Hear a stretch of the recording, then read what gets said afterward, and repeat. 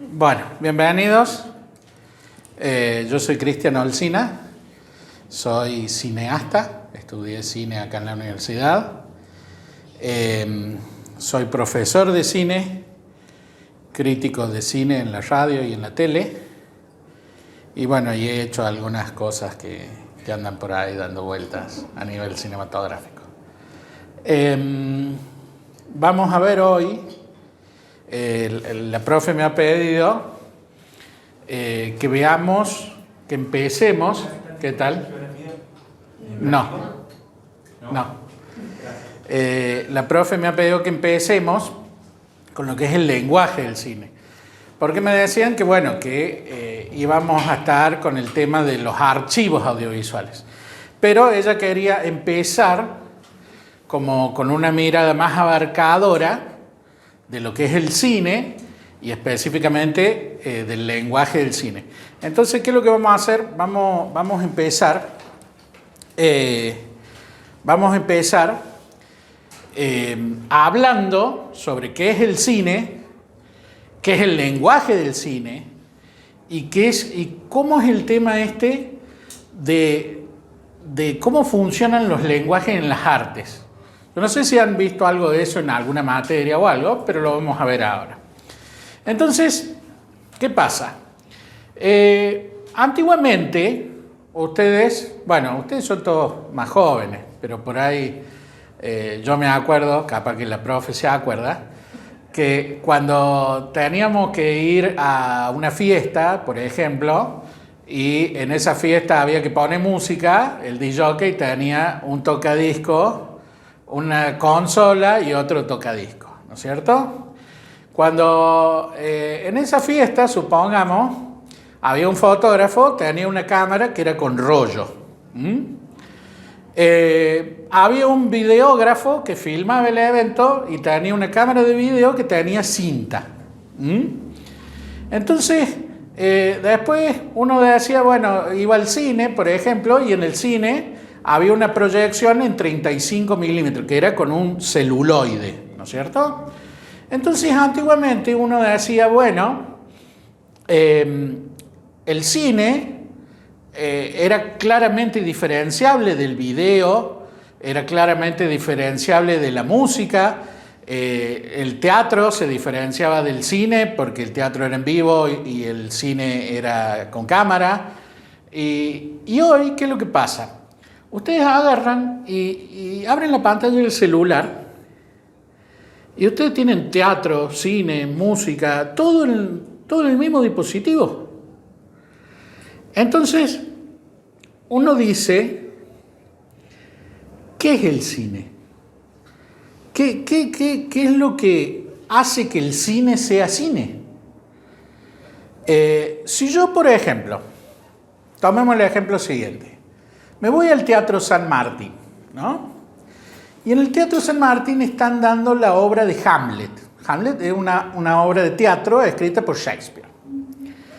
Entonces yo agarro y pongo eso mismo así como tengo ahí, la cámara con el celular, pongo el micrófono en la quinta fila, en la tercera fila, y filmo la obra entera de... Puedo salir después y decir, uy, no saben, hice una película de Hamlet. No. O sea que es teatro, nada más que ahora está filmado, pero sigue siendo teatro. ¿No es cierto? Si ustedes agarran, a veces supongo que escuchan música por YouTube, ¿no es cierto? Y muchas veces está el tema y sale la carátula del disco, ¿no es cierto? Y no sale el videoclip. Entonces, yo supongo que estuve escuchando, qué sé yo, Palito Ortega. Yo no digo, ay, estuve viendo un video de Palito Ortega. O sea, estoy escuchando música. Es música. Por más que técnicamente sea una señal de video en YouTube, no deja de ser música lo que consumí, el arte que consumí, ¿no es cierto? Si yo voy, por ejemplo, en las artes plásticas. En las artes plásticas yo agarro ¿qué se hace? Un dibujo, una pintura. Ahora, si yo voy a ver Bob Esponja al cine, son básicamente 100.000 dibujos de Bob Esponja uno tras otro, pasados rápido, 24 por segundo. Pero yo cuando salgo del cine, no digo, fui a una muestra de arte donde vi 100.000 imágenes de Bob Esponja. Es ridículo. Digo, fui a ver la película de Bob Esponja. Entonces, ¿qué es lo que diferencia las artes? Y esto no solo sirve para el cine, sirve para todas las artes. Lo que diferencia a las artes no es ni el espíritu, ni el lugar donde se estrena, ni la técnica siquiera, sino que es el lenguaje. Eso anótenlo. Lo que diferencia las artes es el lenguaje. Entonces, si yo estreno, por ejemplo, una galería de cuadros en el Cinerama, en vez de ponerlo en una galería de arte, no comienza a ser cine por estrenarse en un cine, sino que sigue siendo arte plástico, sigue siendo pintura, escultura, lo que fuera, ¿no? Entonces, lo que diferencia es el lenguaje. Entonces, si tiene el lenguaje de la música, es música. Si tiene el lenguaje del cine, es cine. Si tiene el lenguaje del teatro, es teatro. Recién decíamos que yo, si voy y filmo la obra de Hamlet, no puedo decir que hice una película de Hamlet. ¿Por qué? Porque esa obra de Hamlet en el teatro, ¿qué tiene?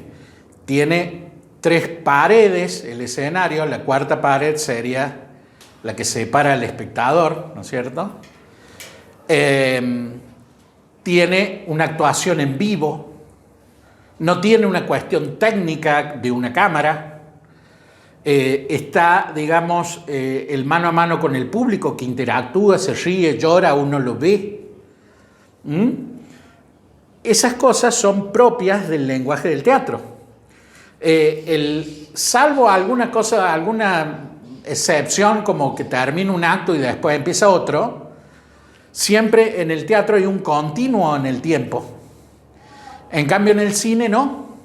Entonces esas son cosas que diferencian el cine del teatro.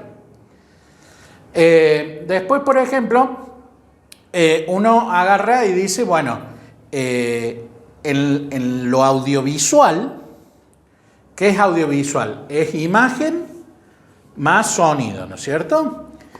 Entonces tenemos varios lenguajes dentro de lo audiovisual. Y no todos los lenguajes son el cine. El cine es el primer lenguaje audiovisual. La primera vez que vimos imágenes en movimiento fue con el cine. Y luego se le añadió el sonido. Pero después del cine, ¿qué salió? ¿Qué lo fue el segundo que salió después del cine? La televisión. ¿En qué año más o menos? En el año 50 aproximadamente. Bueno, entonces, ¿qué pasa? Primero está el cine, después la televisión. La televisión toma algunos de los elementos del lenguaje del cine. Pero después hay otras cosas que son audiovisuales que no son ni cine ni televisión. ¿Qué sería, por ejemplo?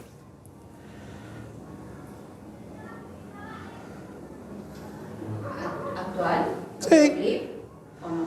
Los videoclips son cine. Ya te voy a explicar por qué. Dice que no es ni cine ni televisión. ¿Qué audiovisual hay dentro? Claro. ¿Qué lenguajes o técnicas o artes audiovisuales conocen que no sean el cine ni la televisión? Engloba lo que es audiovisual, pero no es audiovisual. Algo que ya vimos en la primera clase. Fotografía. La fotografía no es audiovisual, es visual.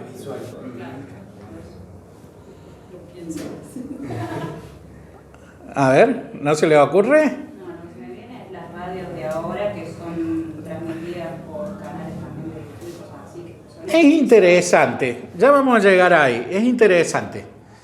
Puede entrar dentro de una de las cosas de... Bueno, yo le voy a dar 3, no va a ser una lista taxativa, pero le voy a dar 3. La realidad virtual es audiovisual. Yo me pongo un casco de realidad virtual y miro, qué sé yo, pero no es cine ni es televisión.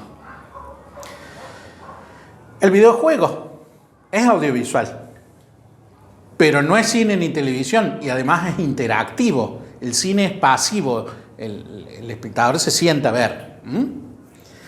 Y el tercero sería el video. ¿A qué le vamos a llamar video? A la técnica en sí de video. Supongamos que yo mando, qué sé yo, ¿qué tal? Supongamos que tengo una novia, ¿no? Y entonces agarro mi teléfono y le pongo la señal de video y le mando un besito por WhatsApp. Eso es un video. No es cine, porque no tiene el lenguaje del cine. Habíamos dicho que lo que diferenciaba a las artes era el lenguaje. No tengo distintos planos, no tengo edición, no tengo varias cosas. Tampoco es televisión, porque no tengo varias cámaras. No. Pero sí es una señal de video, es un video. Y en ese caso podría entrar lo que voy a decir, bueno, una radio transmitida por YouTube. Yo, por ejemplo, los sábados al mediodía estoy en la radio. Entonces, cuando hago las críticas de las películas, prendo la cámara y me filmo. Y después llego a mi casa y lo subo a YouTube así como está. Es una cámara fija que me filma hablando. Eso no es una película, no es un documental de análisis de una película. Es un video, simplemente. Tampoco es televisión. Entonces eso lo vamos a llamar video. Bueno, pero vamos específicamente, ya hicimos como un recorrido por los lenguajes. Vamos específicamente ahora al lenguaje del cine. El cine tiene un lenguaje que ese lenguaje está constituido por varias cosas, ¿no? Entonces, ¿qué constituye al lenguaje del cine?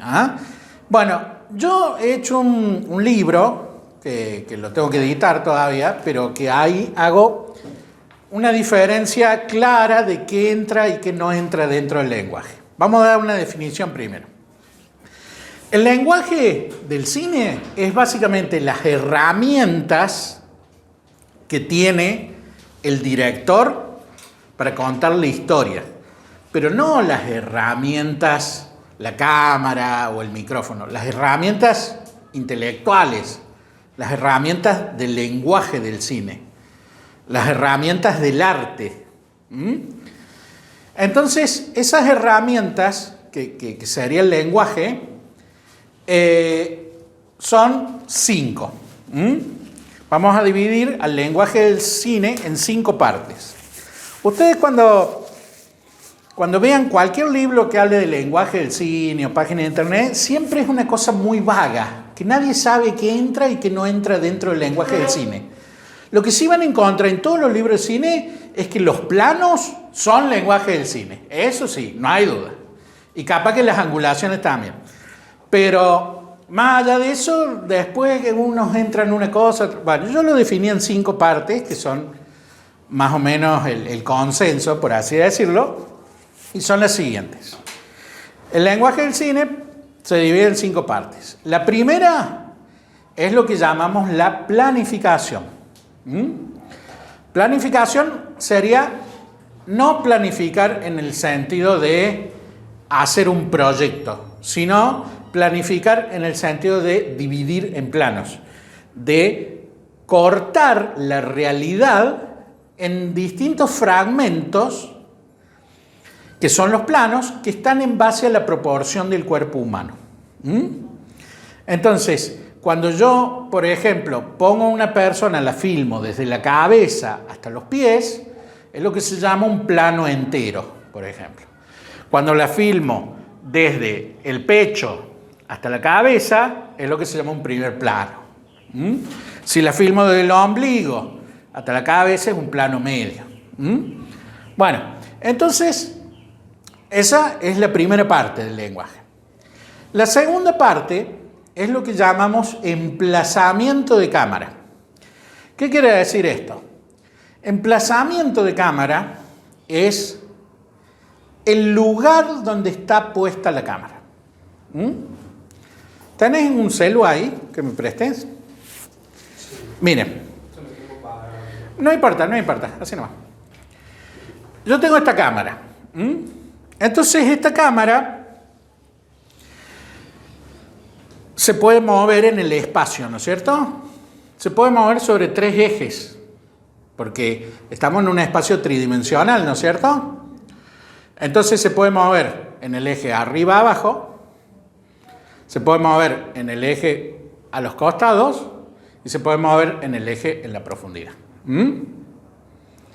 Entonces, según donde ponga yo la cámara con respecto al sujeto, ese va a ser el emplazamiento de cámara. Y me va a dar distintos efectos. Entonces, el emplazamiento de cámara lo dividimos en 3. Uno es lo que se llaman las angulaciones. ¿Qué es las angulaciones? Supongamos que yo la filmo a ella. Si yo pongo la cámara a la altura de los ojos, es lo que se llama el normal. Si lo pongo a la altura arriba, mirando para abajo, se llama picado. Si lo pongo abajo, mirando para arriba, se llama contrapicado. Si lo pongo perfectamente arriba, cenital. Y si lo pongo perfectamente abajo, nadir. Esas son las 5 angulaciones. Esas son sobre este eje, digamos, que sube y baja. Pero acuérdense que habíamos dicho que también tenemos 2 ejes más. Entonces, bien, supongamos que yo la filmo a ella y me pongo acá. Ahora vamos a hacerlo sobre otro eje, sobre este eje del costado. Entonces, si me pongo acá es frente. Si me pongo acá, pero vos ahí mirando para adelante, es 3/4 de perfil. Si me pongo acá, perfil. Si lo pongo allá atrás, 3/4 de perfil. Si lo pongo atrás de todo, de espalda o trasero. Esas son las posiciones de cámara. Bueno, gracias. Entonces, y a su vez tenemos que me puedo acercar o alejar. Supongamos que yo me acerco a la profe. Esto es lo que se llama el tiro de cámara. Es la profundidad con respecto al sujeto, el alejamiento o el acercamiento. También se puede encontrar en bibliografía de cine como la distancia sujeto-cámara. Entonces yo puedo ponerlo acá, por ejemplo, le puedo llamar normal, acá cercano, por ejemplo, más atrás, lejano. Y ahí cubro lo que es el espectro, digamos, tridimensional con respecto al sujeto. Vamos a ver unos ejemplos, como para que no sea tan hablado el asunto.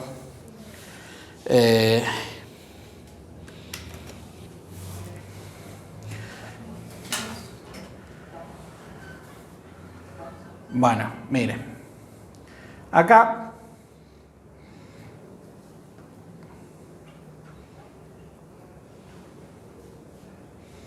vamos a ver.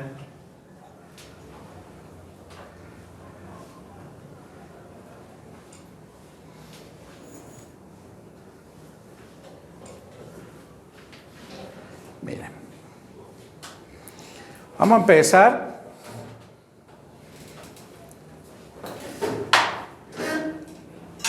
Vamos a empezar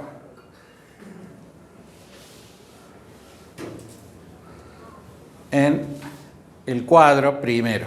¿Se acuerdan que les dije que íbamos a ver el cine, íbamos a ver el lenguaje? Entonces vamos a ver cómo se divide el cine para aprenderlo.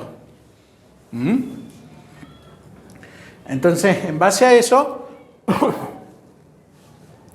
vamos a ver dónde está ubicado el lenguaje del cine y luego vamos a ver lo específico del lenguaje.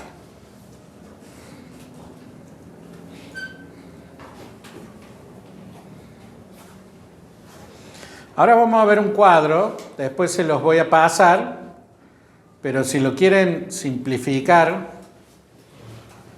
en la carpeta, pueden hacerlo de la siguiente forma. Miren.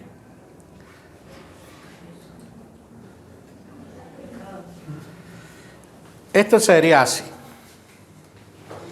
El cine, que es el arte, lo dividimos en 6 partes. Lenguaje,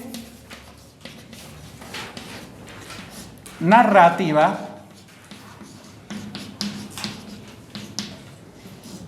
roles, técnicas y procesos,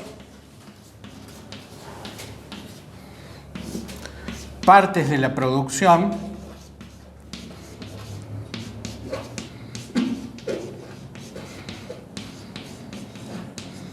y análisis.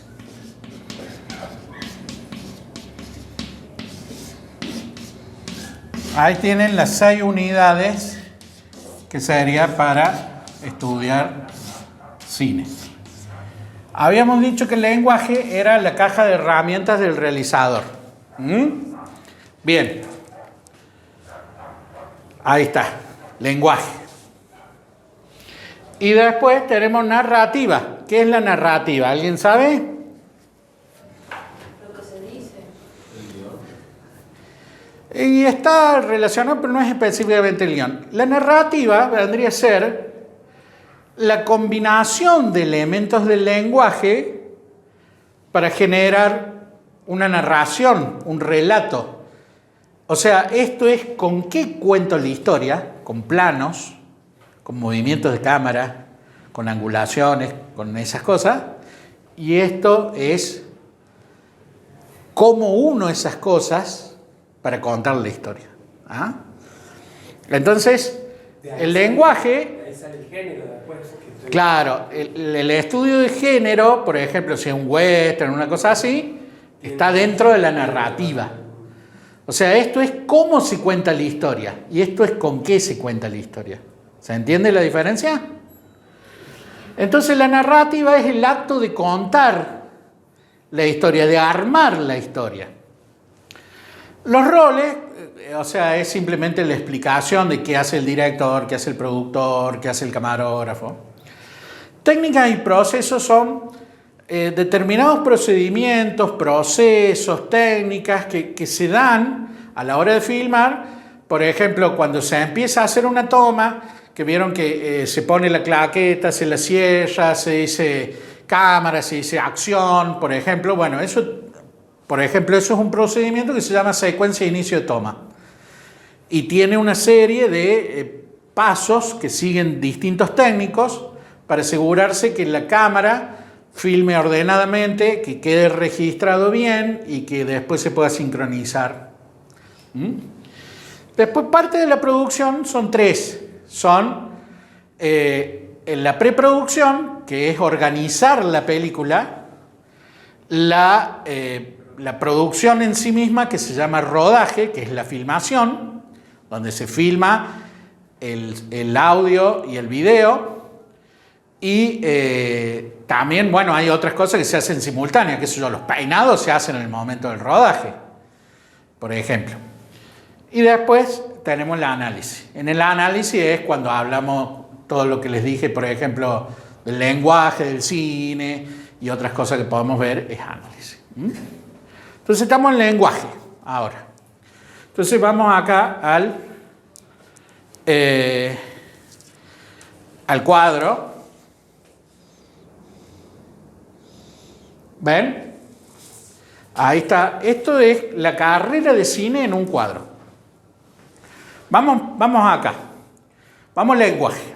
El lenguaje lo dividimos en 5. Yo les dije uno que eran los planos. Los planos son 7. Según distintos autores, según distintas escuelas, puede haber diferencias. Pero eso no importa porque los planos son divisiones arbitrarias. O sea, yo puedo poner, qué sé yo, la cámara que me corte, por ejemplo, qué sé yo, acá en esta costilla y llamarla plano Cristian Olcina. Y bueno, es el plano Cristian Olcina porque es arbitrario, yo le puse ese nombre. Normalmente hay como cierto consenso sobre dónde termina el primer plano y cosas por el estilo.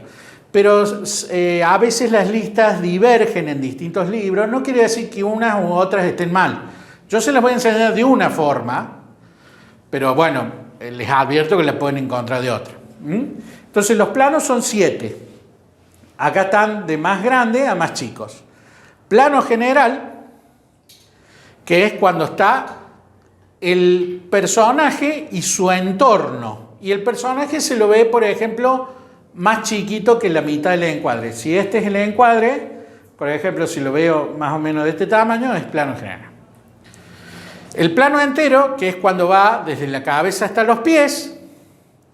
El plano americano, que se dice, no sé si es cierto, pero el mito que nos enseñan es que era el que usaban en las películas de cowboys y que es el plano que te permite tener el arma al lado, acá, digamos, puesta. Entonces, corta acá, a la mitad del muslo. Entonces, se puede ver el vaquero sacando el arma. Ese es el plano americano. Después viene el plano medio, se corta en el ombligo hasta la cabeza. El primer plano, desde el pecho hasta la cabeza. El primer plano, desde el cuello hasta la mitad de la frente. Y después hay otro plano que no es en relación al cuerpo humano, por eso está distinto acá, que se llama el plano de detalle. Entonces, supongamos yo le hago un plano celular, es un plano de detalle. O algún pedacito del cuerpo humano también puede ser, qué sé yo, un ojo. Bueno, es plano de detalle. Bien, entonces tenemos los planos. Después tenemos lo que llamamos el emplazamiento de cámara, que les explicaba recién. El emplazamiento de cámara es dónde está la cámara con respecto al espacio tridimensional, ¿no es cierto? Eso es el emplazamiento de cámara y se divide en 3 partes, que es la posición, acá lo vamos a ver, ahí lo vamos a ver bien. El emplazamiento de cámara son las angulaciones, que la vimos recién, la posición y el tiro de cámara, que es la distancia sujeto-cámara.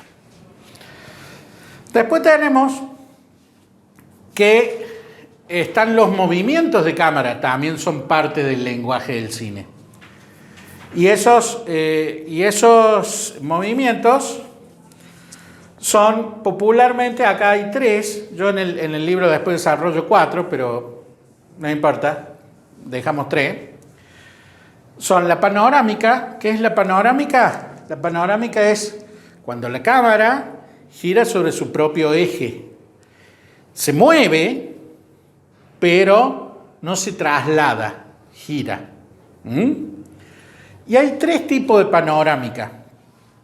Esta panorámica, que es la panorámica horizontal. ¿Se acuerdan que habíamos dicho que teníamos 3 ejes en el espacio? La otra, entonces, ¿cómo será?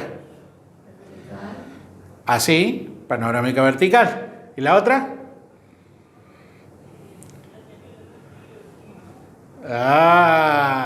Así. Se llama rotación. Esos son los 3 tipos de panorámica que hay.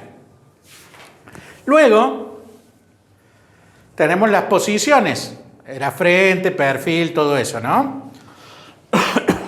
Bien. Y después, el tiro de cámara. En los movimientos de cámara tenemos las panorámicas y tenemos los travelings. ¿Qué es el traveling? El traveling es cuando la cámara se mueve, pero no sobre su eje, sino que se traslada. Traveling, acuérdense, de traveling, traslado de la cámara. O sea, la cámara empieza en un lado y termina en otro. O sea, hago esto, es traveling. Hago esto, es traveling. Hago esto, es traveling. Hago esto, es traveling. Hago esto, es traveling. Hago esto así, es traveling. El movimiento de un dron, desde que empieza hasta que termina, es traveling. Salvo que se quede parado en algún lado fijo. que en ese caso no hay movimiento. ¿Mm? Bueno, entonces, y después el zoom. ¿Qué es el zoom? Es un movimiento interno de los lentes que hace que la imagen sea grande o se achique. Acá, por ejemplo, este proyector tiene zoom, ¿ven? Si yo lo muevo, ven que se agranda y se achica. Bueno, ahí se me va de foco, ¿no? Si hago el zoom. ¿Ven? Pero ven que cambia el tamaño. Bueno, eso mismo, pero... Y en el caso de los celulares, el zoom es digital. Es simplemente tomar una parte y recortarlo, pero le baja la definición. Entonces, ahí tenemos los movimientos de cámara. ¿Vamos bien con eso? Bueno, vamos a ver unos ejemplos entonces. Acá, vamos a ver, para que no se aburran, vamos a ver, por ejemplo, planificación.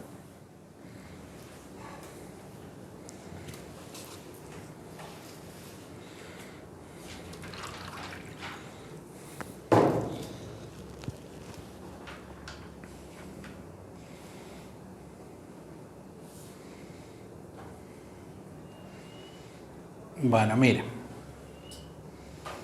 Acá tenemos. Acá lo que les expliqué lo vamos a ver.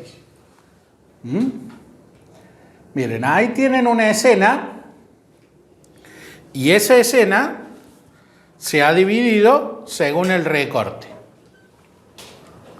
¿Ven? Ahí tienen plano general, entero, americano, medio, primer plano, primerísimo primer plano y también plano de detalle. Ahora miren el gráfico. Vamos a poner un poquito más acá, así no lo... Miren el gráfico. Ahí tenemos la escena en general. Esto sería una realidad en 360 grados en la vida real. Pero bueno, acá estamos con una limitación técnica. Si yo lo corto, ¿ven? Plano general, ¿ven? Es el sujeto en su entorno. Plano general. Cuando lo corto, ¿ven? Plano entero es este recuadro, ¿ven? Va desde los pies hasta la cabeza y siempre un poquito más de los pies de la cabeza, no se corta justo. El plano entero corta en la mitad del muslo, ¿ven? Corta en la mitad del muslo y hasta la cabeza. Plano entero. Plano medio en el ombligo. Este es el plano medio. Después, primer plano, corta en el pecho y toma la cara. Primerísimo primer plano, corta en la frente y va hasta el cuello. Y plano de detalle sería, por ejemplo, un ojo, pero también puede ser una cosa. Yo acá seleccioné la palmera, plano de detalle. Ahí tienen los planos. Y según cómo se usan los planos, eso puede dar diferentes efectos. ¿Para qué se divide en plano? ¿Cuál es el sentido? Bueno, hay varias cuestiones. ¿Cómo se hacen los planos? Miren, ahí tenemos 3 formas de hacer un plano. Ustedes se pueden acercar la cámara para cambiar el plano o alejarla. Esa es una. La otra es dejar la cámara fija, pero hacer zoom. Fíjense, acá en esta se acerca la cámara y le queda este plano. Pero esta, con zoom, da esta. ¿Y ven que es distinto el fondo? ¿Ven que cambia un poco? Que en este como que se ve más fondo. Bueno, da distinto efecto a hacer zoom que acercar la cámara. Queda distinto el plano. Y después, la angulación también influye. Acá, esta toma está a la misma distancia del personaje, pero acá es un plano entero. Porque al estar tomado como más de arriba, entra más el cuerpo. Pero acá, al estar más de abajo y más normal, da un plano americano. Entonces, acercando la cámara, acercando el zoom o moviendo la angulación, hacemos los planos. Bien. Después, tenemos, ¿ven? Ese es el cuadro. Para hacer el plano necesitamos el tiro de cámara, o sea, la distancia sujeto-cámara, los objetivos, las ópticas, o sea, el zoom y la angulación. Eso es lo que nos da el plano. Bien. Vamos a cada plano ahora. Los planos. El plano general, ¿ven? El sujeto y su contexto. ¿Ven? Ahí el diagrama de la cámara y la persona. Ejemplos, porque esto no es una cosa teórica, esto se usa todos los días al hacer cine. Ejemplos ahí, por ejemplo, tienen El Renacido, Oscar al mejor director, Forrest Gump, Oscar a la mejor película y el mejor director, The Walking Dead, una de las series más famosas de la historia, y El Hombre Araña, Oscar a la mejor película animada. Cristian, ¿qué relación dígale a los jóvenes presentes que hay entre narrativa y los planos? Si es que hay... Los planos son parte del lenguaje y combinando los planos podemos hacer distintos efectos narrativos. Ahora vamos a ver eso. Eso es, por ejemplo, plano general. Plano entero, ¿ven? La persona y el diagrama. Vamos ahora, ejemplos reales de películas. ¿Ven? Acá, Star Wars, episodio 1, la segunda película más taquillera de la historia en su momento.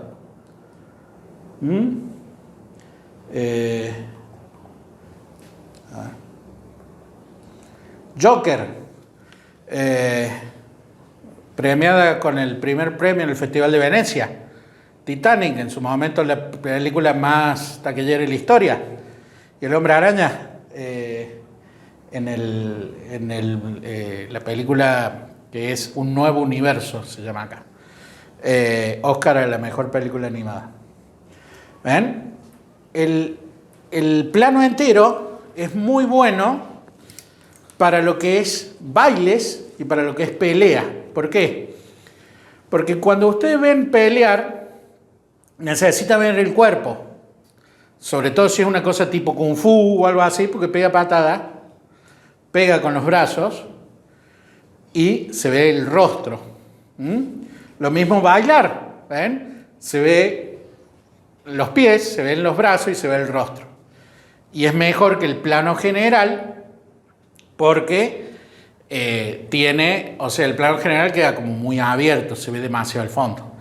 Por ejemplo, qué sé yo, ven Bailando por un Sueño, muchos de los planos que son la parte principal del baile son planos enteros. Bien. Y ese del Hombre Araña está, porque fíjense que si estuvieran parados los dos no sería plano entero.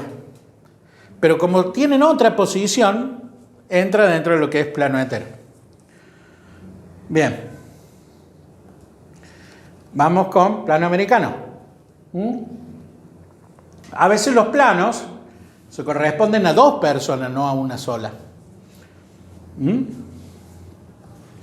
¿El plano americano para qué sirve? El plano americano sirve, ¿ven? Ahí tienen el vaquero con la pistola, acá también un guardia con la pistola.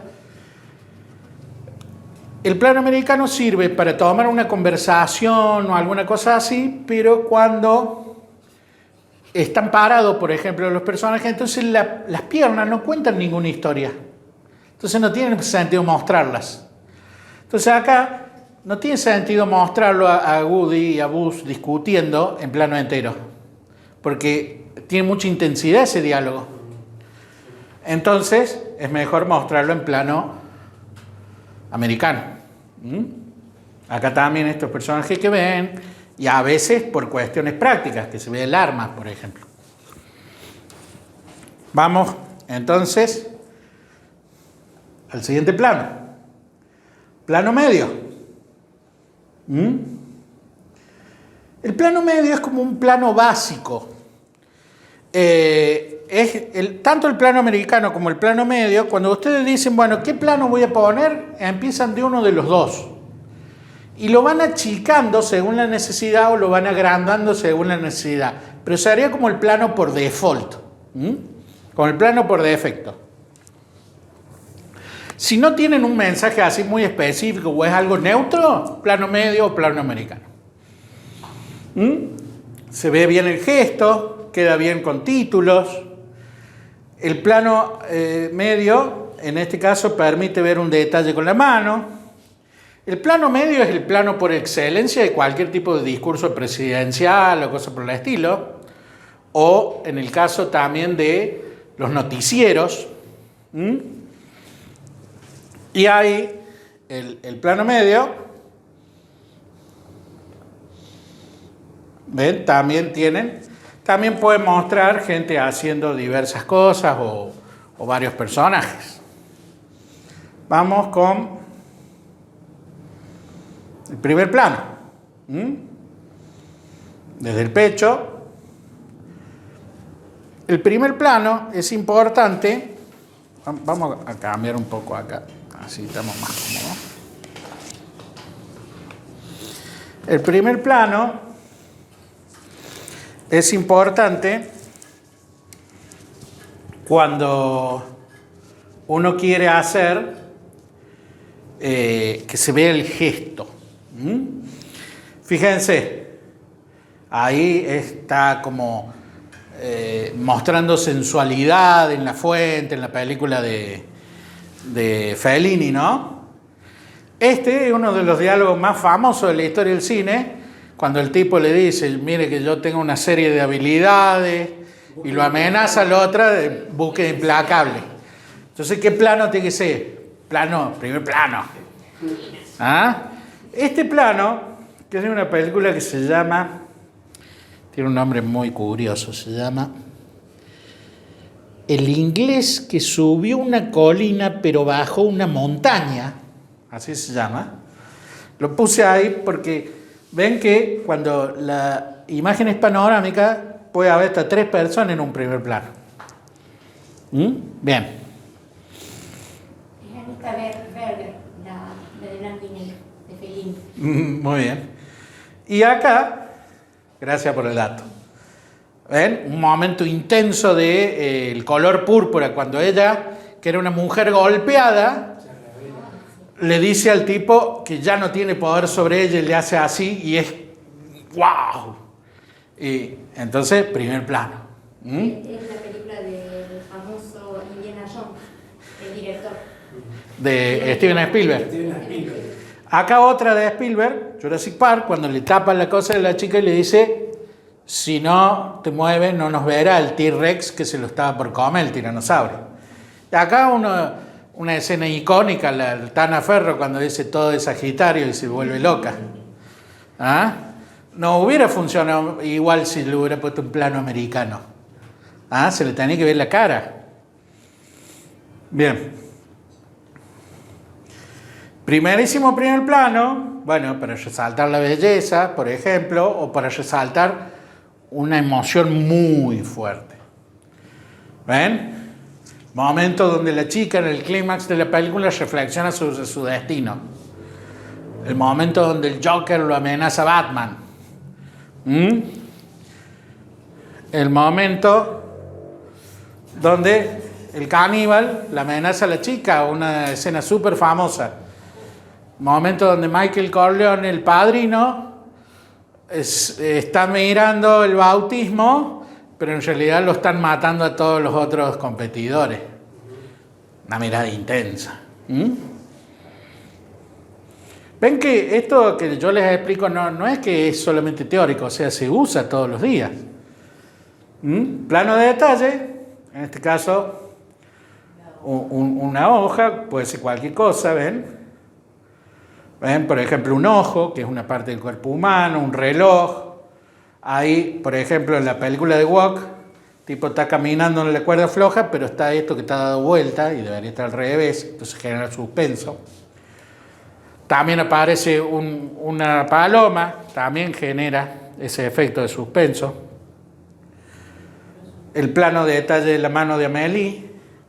Acá, por ejemplo, en Harry el Sucio, otro plano que muestra... esto está genial porque este es Harry, este es un delincuente que está en el piso y Harry lo está amenazando. Harry es policía.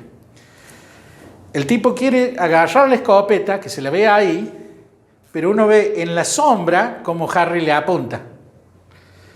Es buenísimo. Bueno, y después tenemos varias cosas. Eso es como lo básico. Esos son los planos básicos. Después tenemos los planos intermedios. Por ejemplo, el plano medio, yo les había dicho que era hasta el ombligo. Y el plano americano hasta la mitad del muslo. Ahora, si yo hago en la cadera, ¿qué es? ¿Medio o americano? Bueno, es un plano intermedio. Entonces yo lo puedo llamar plano medio largo, por ejemplo. O plano americano corto. ¿Ah? Si el plano medio es hasta el ombligo, pero ahí no llega al pecho, pero tampoco es el ombligo y está acá, plano medio corto. Bien. Contraplano. Acá, en base a lo que decía la profe, ya estamos hablando de lo que sería específicamente narrativa. Estamos entrando en la narrativa. Los planos son lenguaje, pero acá ya es un uso narrativo. ¿Qué es el contraplano? Cuando ustedes tienen dos personajes, filman a uno de atrás y filman al otro de atrás, entonces les quedan enfrentados. Entonces, un plano es contraplano del otro. ¿Ven? Plano y contraplano.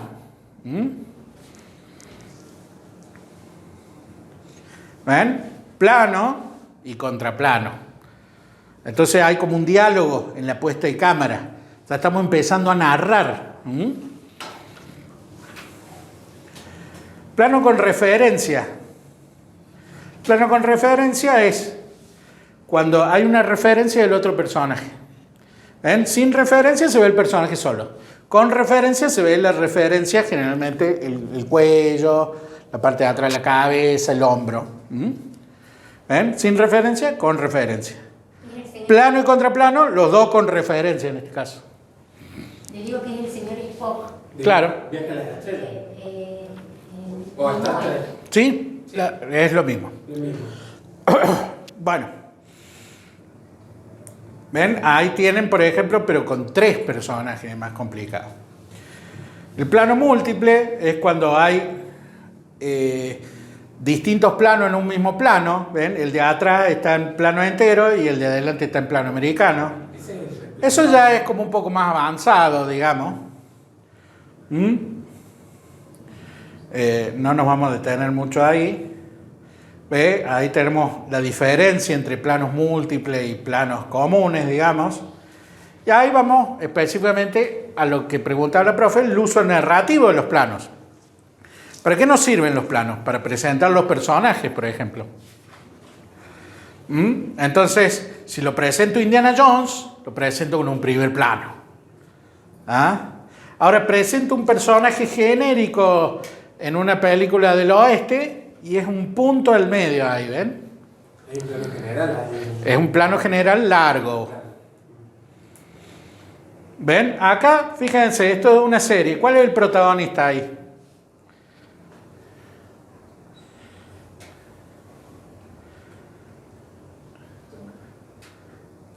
Yo creo que es el primer plano. Este, el de Pepe.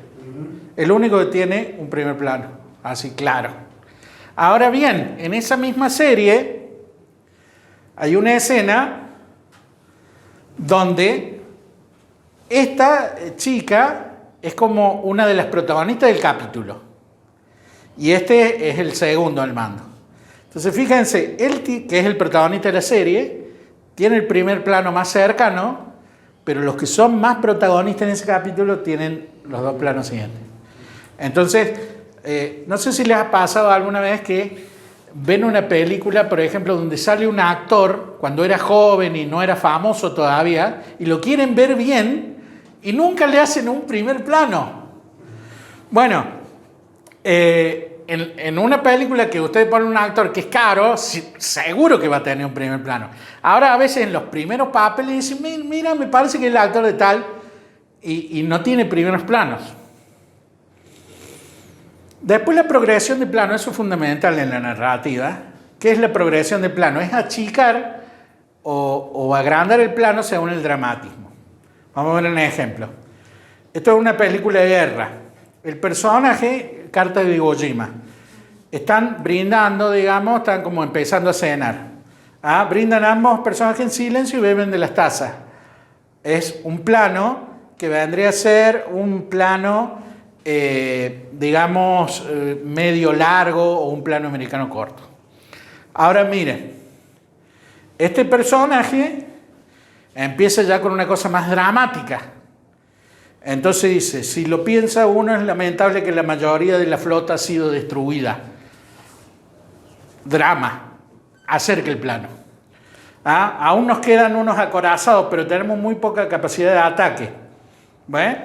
Y ahí empieza a decir el cuartel general en un momento, y ahí corta y se va ya casi al primerísimo primer plano, o un primerísimo primer plano largo, y le dice, el cuartel está engañando al pueblo y a nosotros también, o sea, los han traicionado.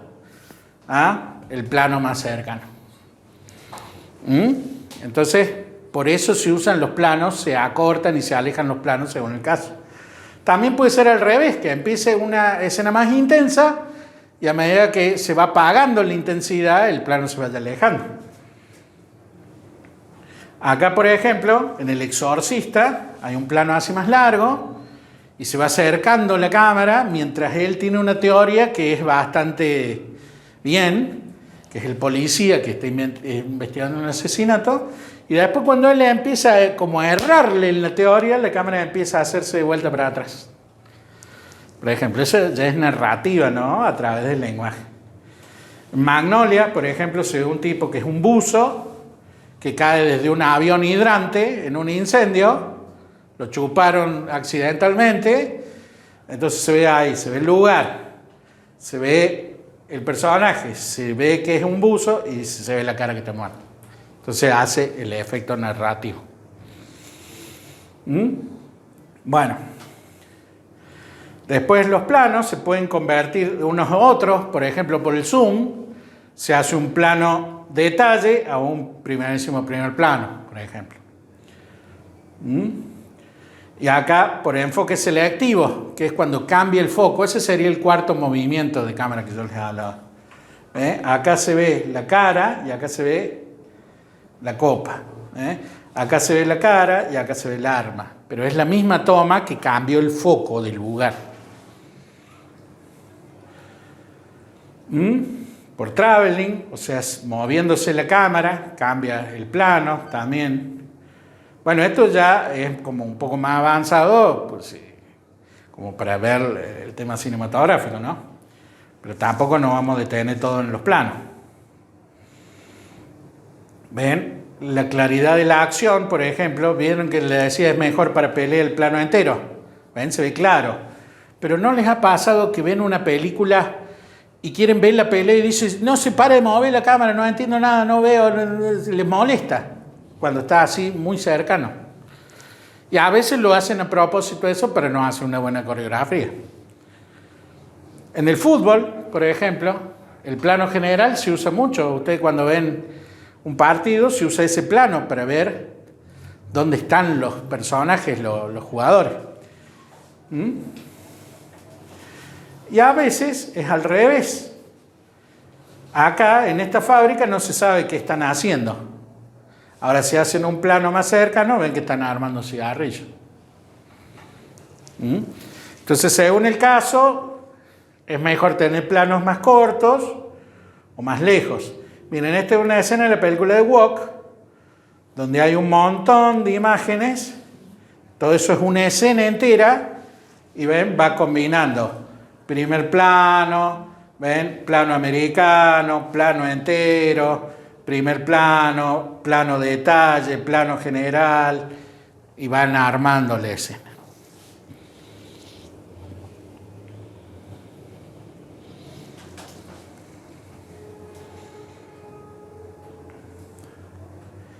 Y después tenemos el uso semiótico, que eso ya no lo vamos a ver tanto ahora, pero es básicamente que el plano tenga un sentido, que dé un mensaje. Por ejemplo, en Gravedad, es una película donde dos astronautas como que quedan perdidos en el espacio. Cuando hay un accidente, la astronauta, interpretada por Sandra Bullock, sale despedida y se ve este plano. Entonces ahí está muy chiquita, está muy lejos, y está como muy perdida en el espacio, está a la máxima distancia de salirse de cualquier lado por el encuadre. Entonces, da esa sensación de estar perdido. Bueno, ven, ahí bueno, hay varios ejemplos explicados en el manual.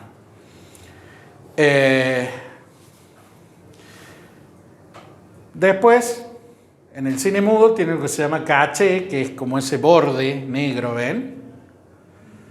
Que también se ha hecho en algunas películas más modernas, algunos ejemplos, y distintos tipos de ese caché, que también es como una forma de hacer los planos.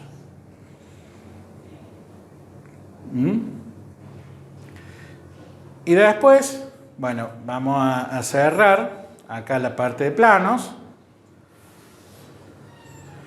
¿ven? Con lo que es un ejemplo de una película, ¿ven? Donde están todos los tipos de planos. Pulp Fiction, no sé si la han visto, ahí, plano general, plano entero, plano americano, plano medio, el primer plano, primerísimo primer plano, plano de detalle de una parte del cuerpo y plano de detalle de un objeto.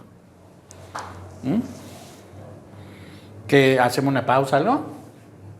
No, pagaron la entrada, sí. Quiero hacer una acotación con respecto a lo que dice el profesor de los planos. Dentro de lo que es lo archivístico, hay una forma de describir una imagen o un video a través de los movimientos de cámara.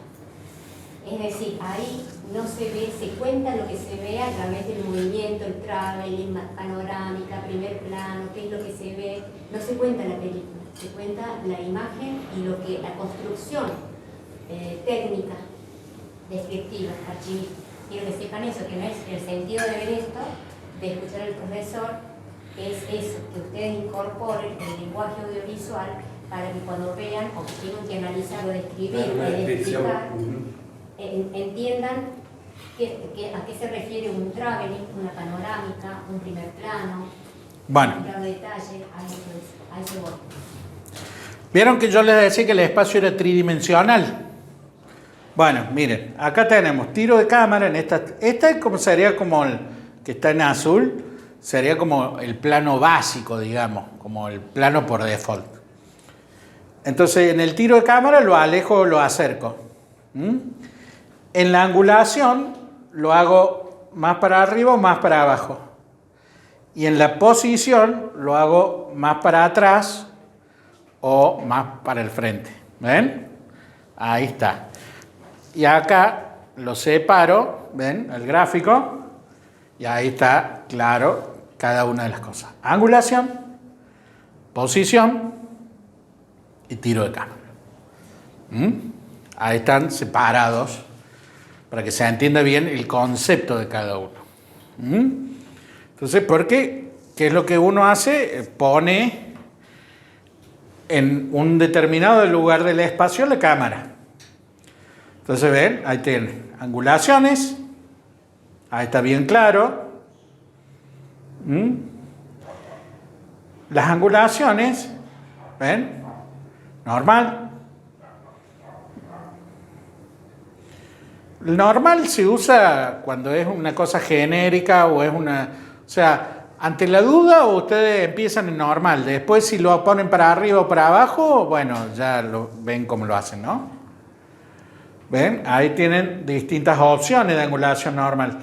Puede ser muy intenso, por ejemplo, en el final de Psicosis, una angulación normal. No siempre tiene que ser una angulación rara. El picado es cuando la cámara está arriba. Y distintas opciones con imágenes picadas. El picado disminuye al personaje, es una cosa importante a nivel semiótico, disminuye. Si ustedes van a poner un tipo que lo echaron del trabajo y que está deprimido, que está muy mal y que va a ir a empezar a tomar alcohol, van a poner la cámara arriba para que lo disminuya. La cámara está por encima del personaje. Ustedes, el espectador, está por encima del personaje. El contrapicado es al revés. Vieron que las estatuas, sobre todo de San Martín, cosas por el estilo, están arriba, no están abajo. Entonces, siempre la van a ver en contrapicado. Eso realza al personaje. San Martín es más que ustedes. Lo engrandece. Si ponen un asesino serial que viene con un cuchillo, también ponen la cámara abajo. Ahora, por ejemplo, si ustedes van en no sé dónde, no sé si en Mar del Plata, donde hay como una estatua de este cómico, el pelado, ¿cómo es que se llama? Olmedo. Está, creo que sentada en un banco. No está a 5 metros de altura. ¿Por qué? Porque Olmedo es una persona común. No es San Martín, no es la gloria. Entonces no lo veo de abajo como si él fuera algo más. Me siento al lado como si fuéramos iguales.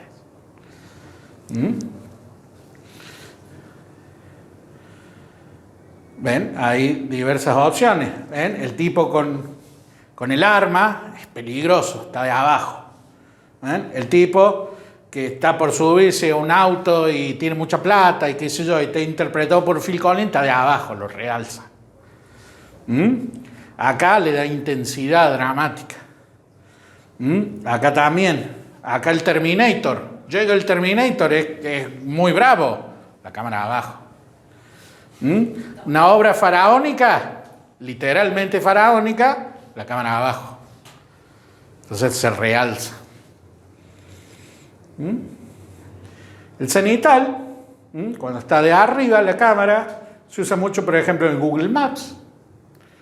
Es el máximo del picado a nivel semiótico. O sea, un tipo que está muriendo. La cámara al máximo de arriba. O cosas dramáticas. O para mostrar un espacio reducido, por ejemplo. Y el nadir, igual. ¿Ven? La cámara abajo, tomándose arriba. El nadir es poco común. ¿Por qué? Porque el personaje tendría que estar pisando la cámara. Y generalmente filmamos personas. Entonces, un nadir común, por ejemplo, es un techo, una cosa por el estilo. Pero, por ejemplo, en el hombre araña, sí tenemos la cámara abajo del hombre araña. En Matrix también, en una escena de acción.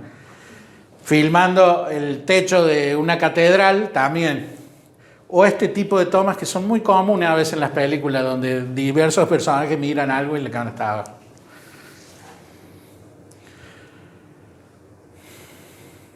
La altura de cámara es como una distinción de la angulación. ¿Por qué?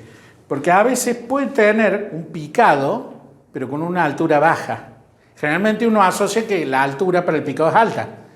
Pero hay, por ejemplo, con los pies de alguien pueden tener un picado. Y en un balcón pueden tener un contrapicado a pesar de que la grúa esté a 8 metros de altura. La cámara. Esa es como una distinción. ¿Ven? A veces puede estar la cámara baja, pero sin ser contrapicado. Por ejemplo, en ET. Y bueno, y eso se usa a nivel narrativo. Por ejemplo, llega la Liga de la Justicia, se pone la cámara abajo y es impresionante. Vienen a ganar la batalla.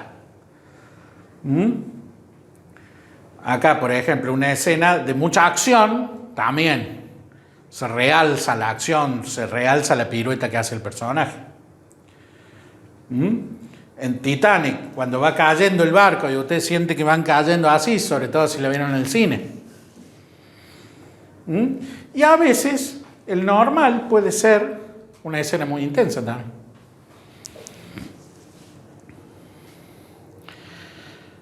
Bueno, ahí tienen otros ejemplos.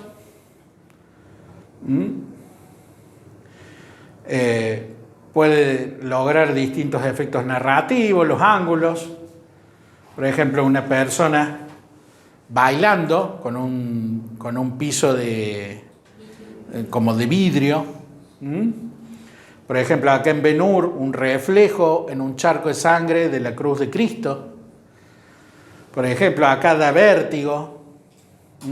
Acá, esta es la vida de Pi, que acá también llega con el nombre de Una aventura extraordinaria. El mar tiene como un reflejo que parece como si fuera una membrana en las nubes. ¿Ven? También puede haber plano y contraplano, por ejemplo en Cenital y Nadine. Y los ángulos se usan de manera semiótica. El ejército está prestándose para la batalla, son repicantes. Está la cámara abajo, se realza. Van a la batalla y ya la cámara está normal. Se están por morir, lo están por ametrallar, la cámara está arriba.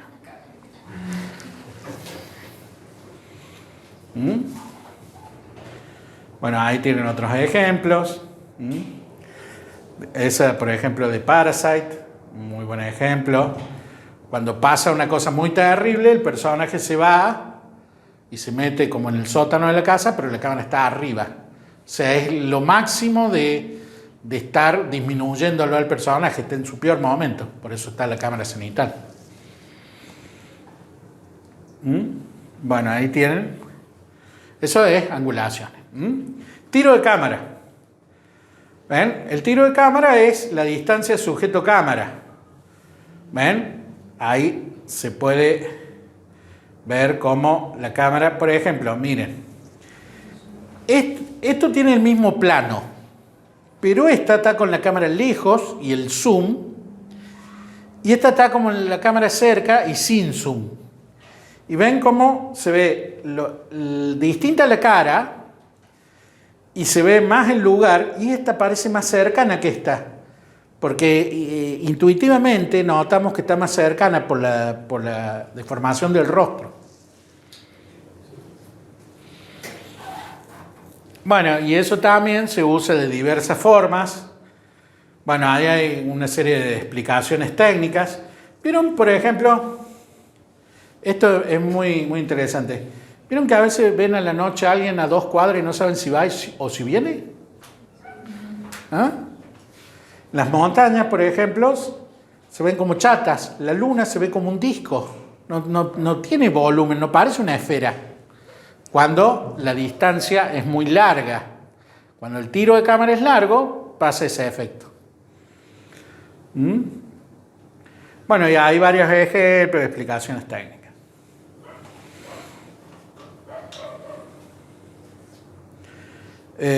Después de lo que es el tiro de cámara, tenemos lo que es la posición de cámara.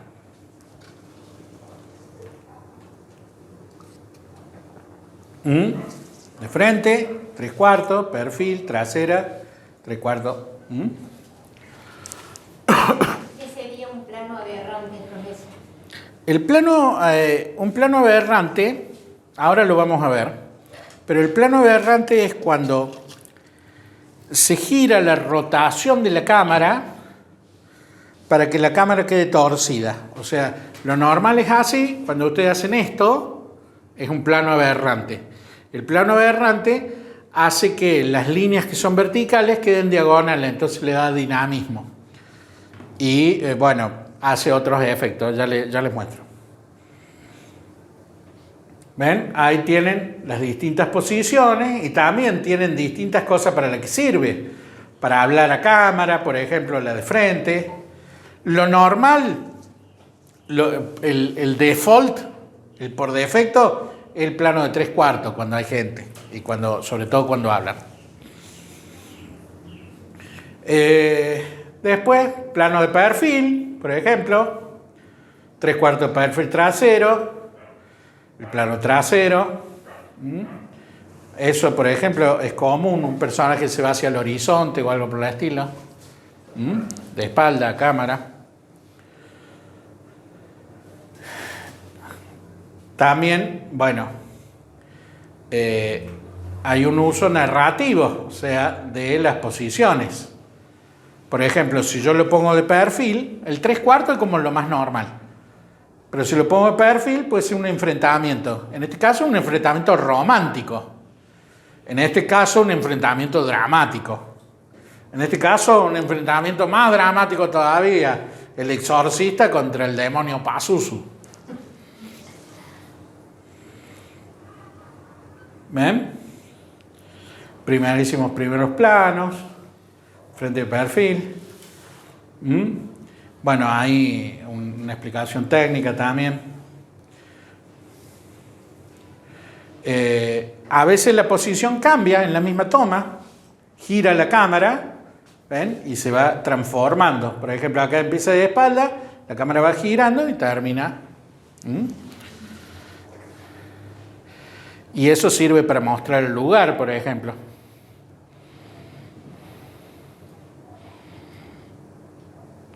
Y ahí tienen, bueno, una serie de ejemplos, ¿no?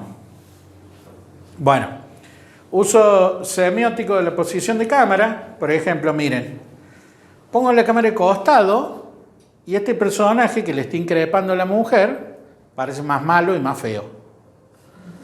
Pongo la cámara de 3/4 y se le ve linda las proporciones y uno dice, qué linda que es Kim Basinger.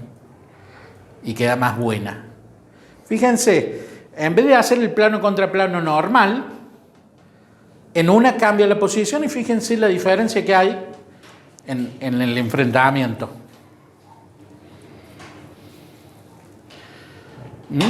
Bueno, hay otros ejemplos. Acá, por ejemplo, Hamlet. Esta sí es una película de Hamlet. ¿Ven? El enfrentamiento con la calavera, con su destino, con la muerte, con el destino, con el pasado. El personaje de espalda a toda esta cuestión, que es una cosa hipócrita, de que el tío que lo mató al padre se casó con la madre. El tipo aislado, se lo ve de frente. Después, por ejemplo, cuando hace el diálogo ese que dice ser o no ser, el monólogo, en este caso lo hace frente a un espejo. Entonces, ese ser o no ser tiene como una dualidad. Y acá se la ve la dualidad, está enfrentado, está como dividido en dos el personaje, de manera artística.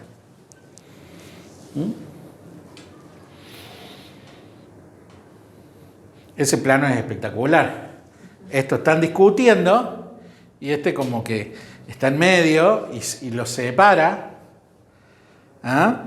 Y este en este momento está con este, pero después va a estar con este.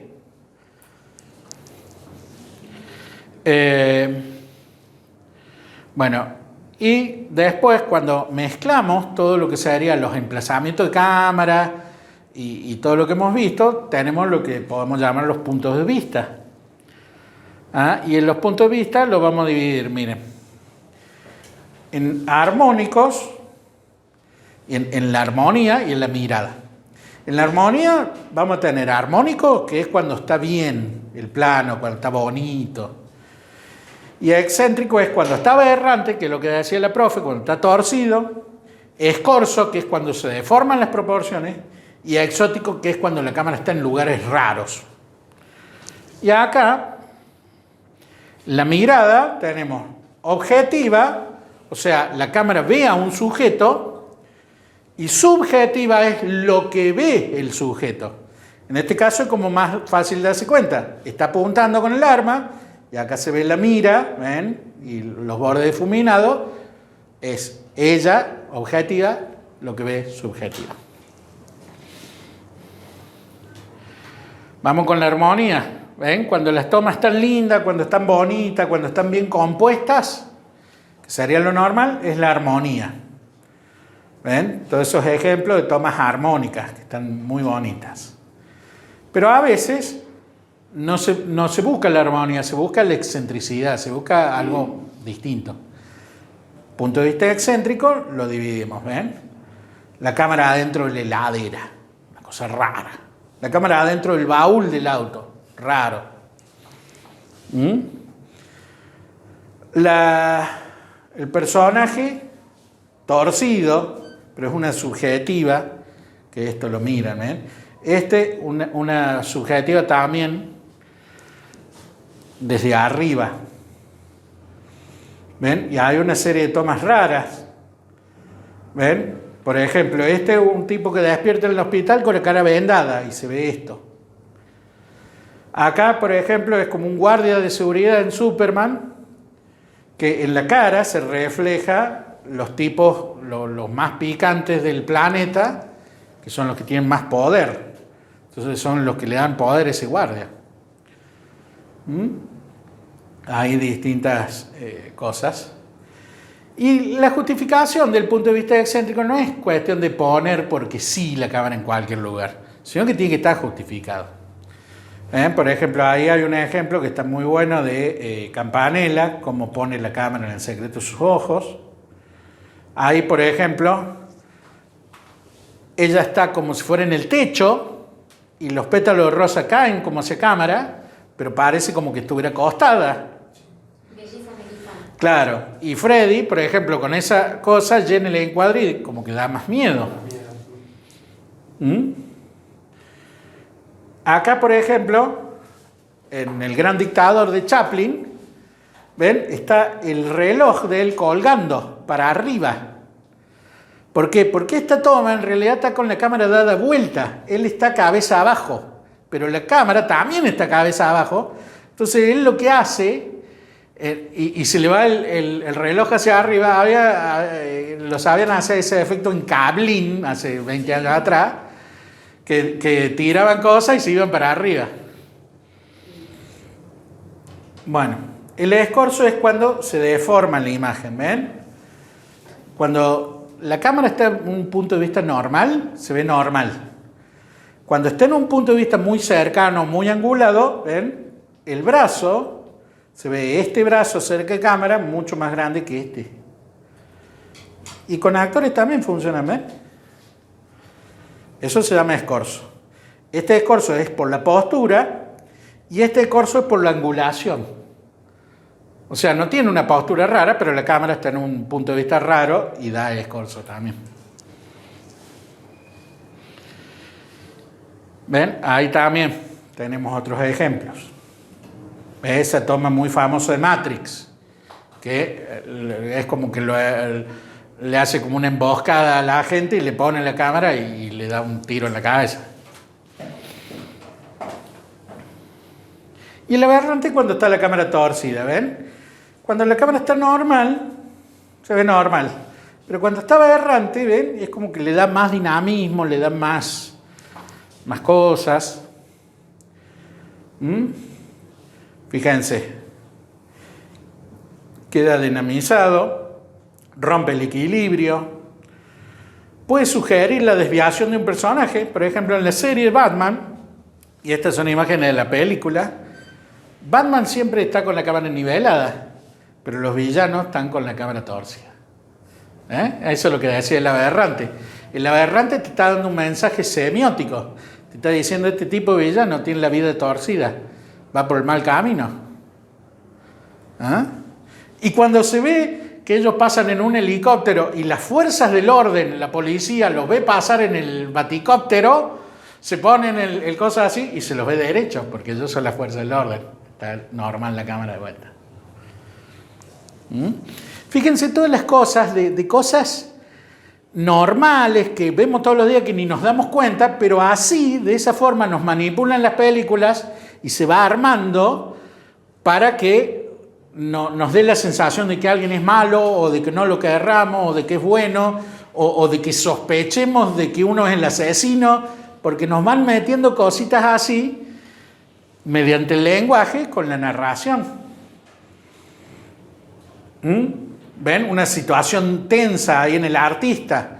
Se está quemando, está por incendiar la casa. Acá, por ejemplo, en Titanic, tiene el set torcido y ahí en el vaso de whisky se ve el nivel. En Rescatando al Soldado Ryan llegan a Normandía y es una masacre, entonces la cámara está torcida, genera tensión. Y además hay una cuestión técnica que es que cuando ustedes tienen, ¿ven?, la cámara normal les permite mostrar menos que con la cámara torcida. Miren esto. Yo les muestro acá. Esta cosa acá, mira. Pongamos ahí, ¿no es cierto? Llega ahí. Pero si yo esto lo pongo así, ¿ven? No me entra. Pero si lo pongo torcido, sí me entra. Entonces eso permite hacer algunas cosas. Ahí, por ejemplo, logra un efecto artístico. Pero, por ejemplo, acá da un efecto narrativo. Superman se va a enfrentar contra el General Zod y vienen, y esto permite un plano más largo y que se vea más el choque al ponerlo aberrante.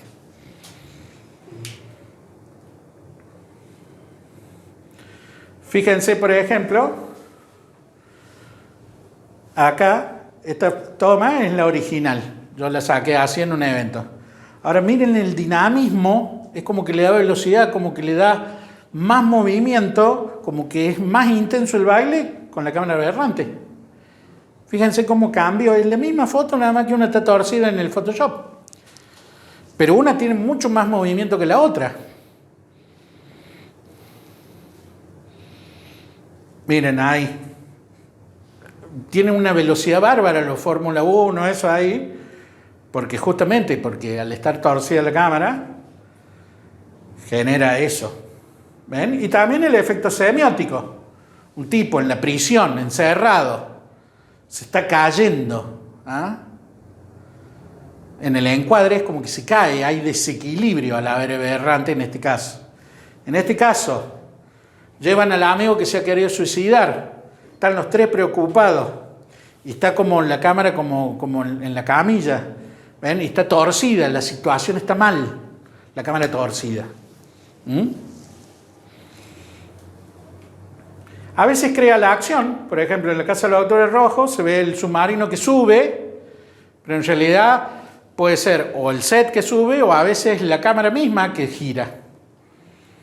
En el caso de Superman, por ejemplo acá, cuando se destruye Krypton, ¿ven? La cámara está torcida. Y cuando uno lo ve, se ve que estas cosas que caen, no caen así, caen así. Pero la cámara torcida parece que el lugar se estuviera cayendo. A veces el aberrante ayuda a crear la acción. Fíjense todas las cosas que podemos lograr con cambiar el punto de vista a nivel semiótico, a nivel narrativo. Miren, por ejemplo, nada más estático que una crucifixión.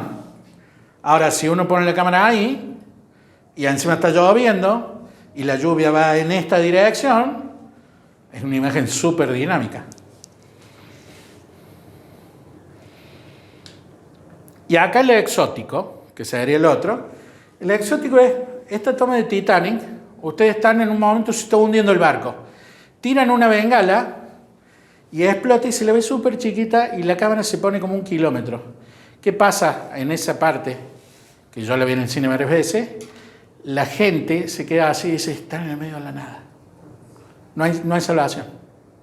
Y fíjense el cambio de distancia de la cámara para hacer una toma exótica, una toma rara, de un punto de vista raro, genera un efecto narrativo impresionante. Uno se siente que está abandonado, uno ve ahí, está oscuro y dice, no me va a venir nadie, se van a morir.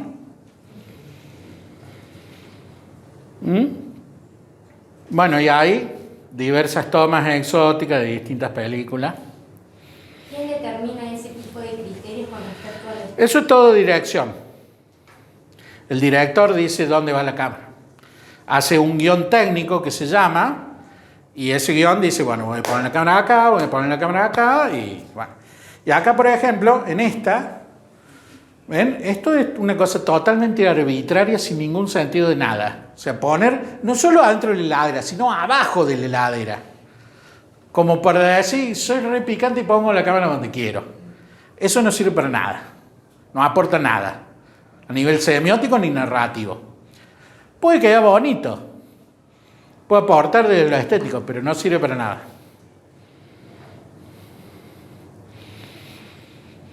Y la mirada, ¿ven? Acá el tipo mira una cosa y acá lo que mira.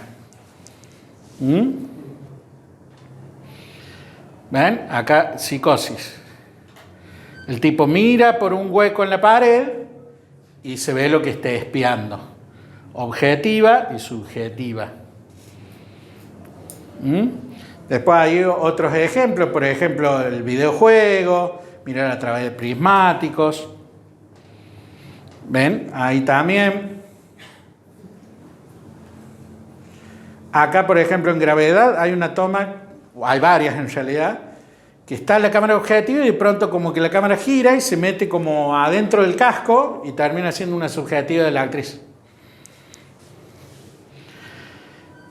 Y se acuerdan que habíamos hablado del teatro y que habíamos mencionado la cuarta pared. Bueno, la cuarta pared sería en el teatro, el espacio que hay entre el escenario y la gente, y en el cine sería la cámara. Entonces, ahí tenemos una toma objetiva, y de pronto el tipo mira a cámara, ¡pum! Rotura de la cuarta pared. ¿Quién hace eso muy frecuentemente?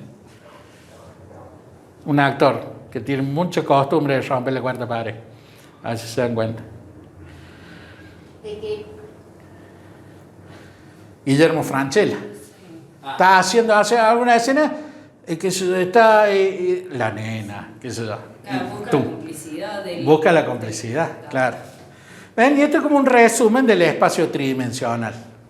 ¿Ven? Puede ir sobre este eje, el traveling, puede ir sobre este eje, el traveling, puede ir sobre este eje, o a su vez se puede rotar. Cuando se rota acá es rotación, cuando se rota ahí es la panorámica horizontal, cuando se rota acá es la panorámica vertical. ¿Ven? Ese es como el resumen del espacio tridimensional, que es lo que hemos visto.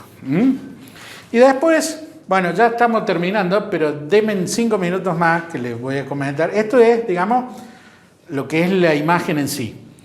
Pero tienen dos cosas más. ¿Se acuerdan que habíamos dicho que teníamos 5 en el lenguaje del cine? La planificación, que lo vimos bien. El emplazamiento de la cámara, que se divide en 3, posición, tiro de cámara y angulación, que lo vimos bien. Que ahí estaría el punto de vista. Y después lo otro es los movimientos de cámara, que son el zoom, el traveling y lo que sería la panorámica, que también lo hemos más o menos visto. Ahora no hemos visto imágenes de películas. En realidad la clase suponía que era 3 horas, pero bueno, quedó más corta. Y después, lo otro que no lo hemos visto, pero lo vamos a ver un poco más en la tercera clase, si es que hay, si es que no lo he aburrido y me echan ahora, es la edición. O sea, la edición es una de las cosas del lenguaje de cine básicas. Miren, acá tenemos planificación, emplazamiento de cámara, lo vimos, movimiento de cámara, hemos hablado. Acá divisiones y montaje. ¿Divisiones qué es? Es dividir, las películas están divididas en tomas, escenas y secuencias. ¿Qué es la toma? Cuando yo agarro, digo, cámara, grabo, pongo pausa o corte, eso es una toma. Cuando yo después combino una serie de tomas, supongamos que tengo la escena de la discusión en el aula de clase, supongamos que la filmo a ella y después la filmo a ella. Y después voy uniendo esas tomas y tengo la discusión en el aula de clase. Escena. Y después la secuencia es un conjunto de escenas que tienen un sentido. Por ejemplo, La definición de escena sería una unidad narrativa que comparte un tiempo y espacio. Entonces, si se corta el tiempo o se corta el espacio, ya son dos escenas. Supongamos que yo hago la escena del aula de clase, ¿no es cierto?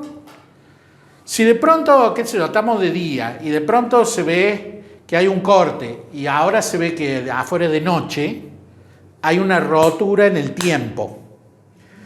Entonces, es otra escena. Si supongamos que estamos acá hablando y de pronto la cámara corta y se ve que estamos en el recreo en otro lado, o por ahí se van saliendo así mientras van hablando y está acá la cámara y de pronto está en el pasillo la cámara, no se cortó el tiempo, pero sí se cortó el espacio, es otra escena. Pero la secuencia es como una unidad narrativa. Entonces, por ejemplo, una persecución en Rápido y Furioso, que va por una calle, después va por otra, después se choca contra el puesto de naranjas, y esto y el otro, es una unidad narrativa porque es como una mini historia, pero como está filmada en diversos lugares, que son distintos, por lo tanto son distintas escenas, el conjunto es una secuencia. Por ejemplo, en Matrix, ¿vieron Matrix?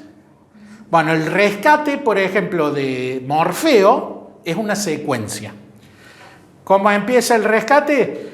Viene Neo en el helicóptero, tira, qué sé yo. Antes de eso, en realidad, entra por el lobby, se enfrenta a los tipos. Morfeo está en una habitación que lo están torturando y después se sube al helicóptero y se van y se choca el helicóptero contra un edificio. Todo eso es como una mini historia, es el rescate de Morfeo, es una secuencia. Pero cuando a él lo están torturando es una escena. Cuando está el helicóptero es otra escena. Cuando están en el lobby a los tiros con los policías es otra escena. Porque cambian los lugares. Eso es divisiones. Y el montaje, lo vamos a ver más en la tercera clase, es específicamente sobre todo la edición. Es cómo armar como un rompecabezas. Ustedes tienen los planos, los emplazamientos de cámara, las tomas que filmaron, las escenas que van armando y cómo lo arman en el montaje. Cómo hacen para que eso tenga una coherencia, que tenga un timing, que tenga un ritmo, que tenga un sentido. No es lo mismo poner una toma primero que poner otra. A veces pueden tener las dos mismas tomas, pero poniendo una antes que la otra cambia el significado. A veces ustedes, por ejemplo, encuentran películas que empiezan por el final, por ejemplo, y después dice 6 meses antes, por ejemplo.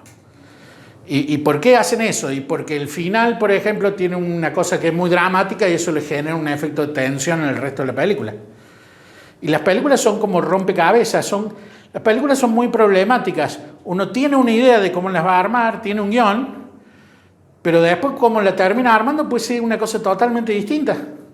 A veces uno tiene 5 historias y corta una o corta 2 historias. A veces hay personajes que no salen en las películas, que se filmaron las escenas. A veces, por ejemplo, de Titanic dicen que el primer corte duraba como 6 horas. No sé por qué filmaron tanto. Pero y sería insoportable una película de 6 horas. Imagínense todo lo que sacaron para dejarla de 3 horas y cuarto. Es criminal.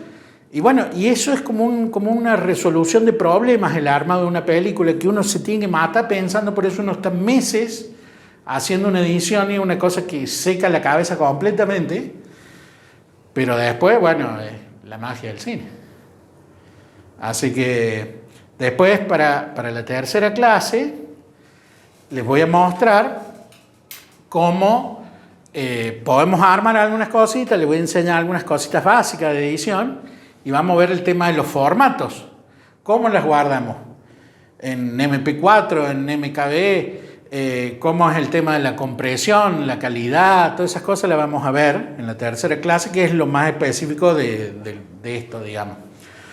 Pero bueno, me pidieron empezar por lenguaje. Y en la segunda clase, como está planeado, ya vamos a ver cómo lo hacemos, la idea es poner en práctica un poco esto y hacer un poco de filmación nosotros. Traigo la claqueta, hacemos el clac y todas esas cosas, y ponemos el micrófono, actuamos un poquito o registramos algo. Y bueno, la idea era también que había un evento y que estaría bueno aprender algunas cosas antes de ese evento para que ustedes mismos tengan como un poquito más de técnica y de arte para registrar esas cosas. Y después vemos cómo lo armamos. Así que bueno, eso es todo, espero les haya gustado. Excelente.